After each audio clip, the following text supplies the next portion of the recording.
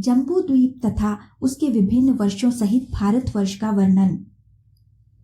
मुनियों ने कहा, अहो, आपने समस्त भारतवंशी राजाओं का बहुत बड़ा इतिहास कह सुनाया। अब हम समस्त भूमंडल का वर्णन सुनना चाहते हैं। जितने समुद्र, द्वीप, वर्ष, पर्वत, वन, नदियां तथा पवित्र देवताओं के स्थान हैं, समस्त भूतल का मान जितना बड़ा है, जिसके आधार पर यह टिका हुआ है तथा जो इसका उपादान कारण है, वह सब यथार्थ रूप से बतलाइए। लोमहर्षण जी बोले, मुनिवरों, सुनो, मैं इस भूमंडल का वृतांत संक्षेप में सुनाता हूँ। जम्बू, प्लक्ष, शालमल, कुश, क्रौंच, शाक तथा पुष्कर ये 7 द्वीप हैं जो क्रमशः लवण, इक्षुरस, सुरा, धृत, दधि, दुग्ध तथा जल रूप 7 समुद्रों से घिरे हुए हैं। इन सब के बीच में जम्बू द्वीप की स्थिति है। उसके मध्य भाग में सुवर्ण में मेरु पर्वत है, जिसकी ऊंचाई 84,000 योजन है। वह पृथ्वी के भीतर 16,000 योजन तक चला गया है तथा उसके शिखर की चौड़ाई 32,000 योजन है। उसके मूल का विस्तार 16,000 योजन है। वह पर्वत पृथ्वी रूपी कमल की कर्णिका के रूप में स्थित है। उसके दक्षिण में हिमवान, हेमकुंड तथा निषद पर्वत है तथा उत्तर में नील, श्वेत और श्रृंगवान गिरी है। मध्य के 2 पर्वत निषद और नील 1-1 लाख योजन लंबे हैं। शेष पर्वत क्रमशः 10-10 हजार योजन छोटे होते गए हैं। उन सबकी ऊंचाई और चौड़ाई 2-2 हजार योजन है। मेरु के दक्षिण में भारतवर्ष है, उससे उत्तर किमपुरुष वर्ष तथा उसके भी उत्तर हरिवर्ष है। इसी प्रकार मेरु के उत्तर भाग में सबके अंत में रम्यक वर्ष, उसके दक्षिण हिरण्यम वर्ष तथा उससे भी दक्षिण उत्तर कुरु है। इन 6 वर्षों में के बीच में इलावृत वर्ष है। इसके मध्य भाग में सुवर्ण में ऊंचा मेरु पर्वत खड़ा है। यह वर्ष मेरु के चारों ओर 9,000 योजन तक फैला हुआ है। इसमें मेरु से पूर्व मंद्राचल, दक्षिण में गंधमादन, पश्चिम में विपुल तथा उत्तर में सुपार्श्व पर्वत की स्थिति है। इन चारों पर्वतों पर क्रमशः कदम्ब, जम्बू, पीपल और वट ये 4 वृक्ष हैं जो 1100 योजन विस्तार के हैं। ये वृक्ष उन पर्वतों की ध्वजा के रूप में सुशोभित हैं। वह जम्बू वृक्ष ही इस द्वीप के जम्बू द्वीप नाम पड़ने का कारण है। उसके फल विशाल गजराज के बराबर होते हैं। वे गंधमादन पर्वत पर सब ओर गिरकर फूट जाते हैं। उनके रस से वहाँ जम्बू नामक नदी बहती है। वहाँ के निवासी उसी नदी का जल पीते हैं। उसके पीने से लोगों के शरीर और मन स्वस्थ रहते हैं। उन्हें खेद नहीं होता, उनके शरीर में दुर्गंध नहीं होती तथा उनकी इंद्रियां कभी क्षीण नहीं होती। जम्बू के रस को पाकर उस नदी के तट की मिट्टी जाम्बू नद नामक सुवर्ण के रूप में परिणत हो जाती है, जो सिद्धों के आभूषण के काम आती है। मेरु से पूर्व भद्राश्व और पश्चिम में केतुमाल वर्ष है। इन दोनों के बीच में इलावृत वर्ष है। मेरु के पूर्व चैत्ररथ, दक्षिण में गंधमादन, पश्चिम में वैभाज्र तथा उत्तर में नंदन वन है। इसी प्रकार भिन्न भिन्न दिशाओं में अरुणोद, महाभद्र, असितोद तथा मानस ये 4 सरोवर हैं जो सदा देवताओं के उपभोग में आते हैं। शांतवान, चक्रकुंज, कुररी, माल्यवान तथा वैकंडक आदि पर्वत मेरु के पूर्व भाग में केसराचल के रूप में स्थित हैं। त्रिकूट, शिरिर, पतंग, रुचक तथा निषद आदि दक्षिण भाग के केसर पर्वत हैं। शिखीवास, वैदुर्य, कपिल, गंधमादन और जारुधि आदि पश्चिम भाग के केसराचल हैं। षडकूट, ऋषभ, हंस, नाग तथा कालंजर आदि अन्य पर्वत उत्तर भाग के केसराचल हैं। मेरुगिरी के ऊपर 14,000 योजन के विस्तार वाली एक विशाल पुरी है जो ब्रह्मा जी की सभा कहलाती है। उसमें सब और 8 दिशाओं और विदिशाओं में इंद्र आदि लोकपालकों के विख्यात नगर हैं। भगवान विष्णु के चरणों से निकलकर चंद्रमंडल को आप्लावित करने वाली गंगा ब्रह्मपुरी के चारों ओर गिरती है। वहां गिरकर वे 4 भागों में बंट जाती है। उस समय उनके क्रमशः सीता, अलकनंदा, चक्षु और भद्रा नाम होते हैं। पूर्व और सीता एक पर्वत से दूसरे पर्वत पर होती हुई पूर्ववर्ती भद्राश्व वर्ष के मार्ग से समुद्र में जा मिलती है। इस प्रकार अलकनंदा दक्षिण पथ से भारतवर्ष में आती है और वहां 7 भेदों में विभक्त होकर समुद्र में मिल जाती है। चक्षु की धारा पश्चिम के संपूर्ण पर्वतों को लांघकर केतुमाल वर्ष में आती और समुद्र में मिल जाती है। इस प्रकार भद्रा उत्तरगिरी तथा उत्तर कुरु को लांघकर उत्तर समुद्र में मिलती है। माल्यवान और गंधमादन पर्वत नीलगिरी से लेकर निषद पर्वत तक फैले हुए हैं। उन दोनों के मध्य भाग में मेरु कर्णिका के आकार में स्थित है। भारत केतुमाल, भद्राश्व तथा कुरु ये द्वीप लोक रूपी कमल के पत्र हैं। जठर और देवकूट ये दो मर्यादा पर्वत हैं। ये नील से निषद पर्वत तक उत्तर दक्षिण फैले हुए हैं। ये दोनों मेरु के पश्चिम भाग में पूर्वत स्थित हैं। त्रिशृंग और जारुधि ये उत्तर दिशा के वर्ष पर्वत हैं जो पूर्व से पश्चिम और समुद्र के भीतर तक चले गए हैं। ब्राह्मणों, इस प्रकार मैंने मर्यादा पर्वतों का वर्णन किया जो मेरु के चारों ओर दो दो करके स्थित हैं।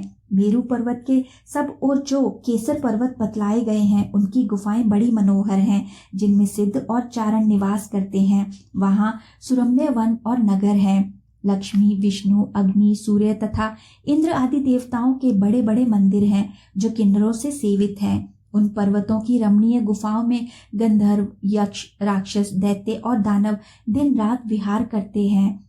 वे पर्वत इस पृथ्वी के स्वर्ग माने गए हैं। वहां धर्मात्माओं का निवास है।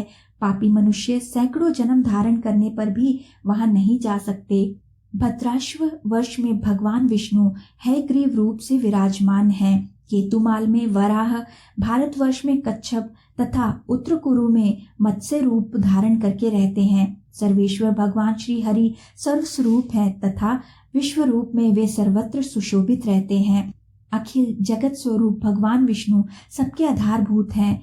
किम पुरुष आदि जो 8 वर्ष हैं उनमें शोक, आयास, उद्वेग तथा क्षुधा, भय आदि दोष नहीं है। वहाँ की प्रजा सब प्रकार से स्वस्थ, निर्भय तथा सब प्रकार के दुखों से रहित है। उन सबकी स्थिर आयु 10-12 हजार वर्षों तक की है।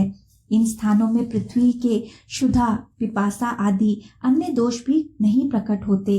इन सभी वर्षों में 7-7 कुल पर्वत हैं जिनसे सैकड़ों नदियां प्रकट हुई हैं। समुद्र के उत्तर और हिमालय के दक्षिण का जो देश है उसका नाम भारतवर्ष है।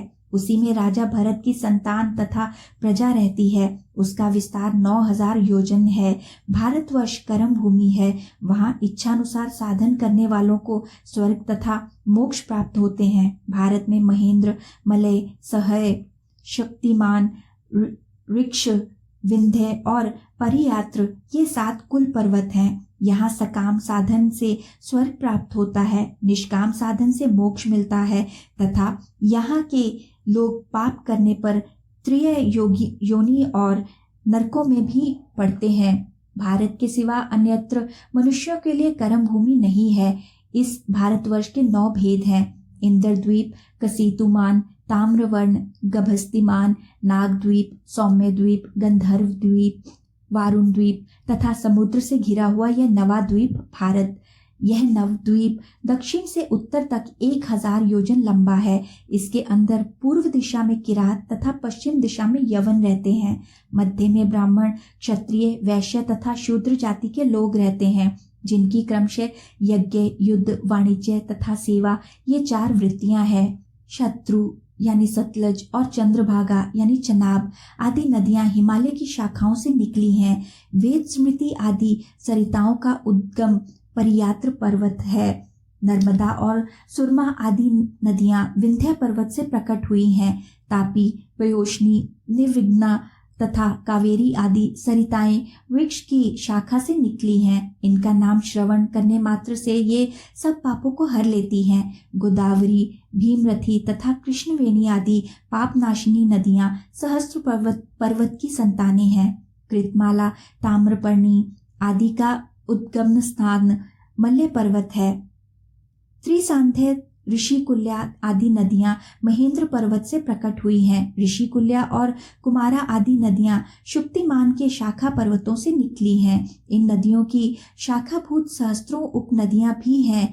इनके मध्य में कुरु, पांचाल, मध्य प्रदेश, पूर्व देश, कामरूप यानी आसाम, पौंड्र, कलिंग यानी उड़ीसा, मगध दक्षिण के प्रदेश उपरांत सौराष्ट्र यानी काठियावाड़, शूद्र, आभीर, अबुर्द यानी आबू, मरु यानी मारवाड़, मालवा, परियात्र, सौवीर, सिंध, शाल्व, शाकल्य, मद्र, अम्बष्ट तथा पारसीक आदि प्रदेश और वहाँ के निवासी रहते हैं। वे उपयुक्त नदियों के जल पीते हैं तथा समभाव से रहते हैं।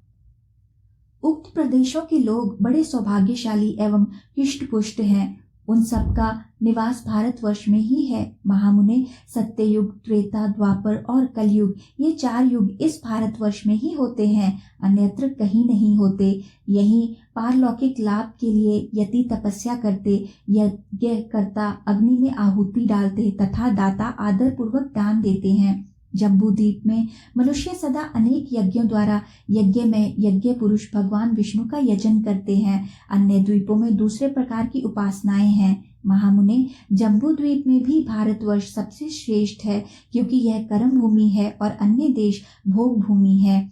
यहाँ लाखों जन्म धारण करने के बाद बहुत बड़े पुण्य के संचय से जीव कभी मनुष्य जन्म पाता है। देवता यह गीत गाते हैं, जो जीव स्वर्ग और मोक्ष के हेतुभूत भारतवर्ष के भूभाग में बारंबार मनुष्य रूप में उत्पन्न होते हैं और फलेच्छा से रहित कर्म का अनुष्ठान करके उन्हें परमात्मा स्वरूप श्री विष्णु को अर्पण कर देते हैं, वे धन्य हैं। जो इस कर्म भूमि में उत्पन्न हो, सत्य कर्मों द्वारा अपने अंतकरण को शुद्ध करके भगवान अनंत में लीन होते हैं, उनका जीवन धन्य है। हमें पता नहीं इस स्वर्ग लोक की प्राप्ति कराने वाले पुण्य लोक के क्षीण होने पर हम फिर कहाँ देह धारण करेंगे। वे मनुष्य जो भारतवर्ष में जन्म लेकर संपूर्ण इंद्रियों से संपन्न हैं, धन्य हैं। विप्रवरों, यह 9 वर्षों से युक्त जम्बूद्वीप का वर्णन किया है। उसका विस्तार 1 लाख योजन है, तथापि यहाँ संक्षेप से ही बताया गया है। जम्बूद्वीप को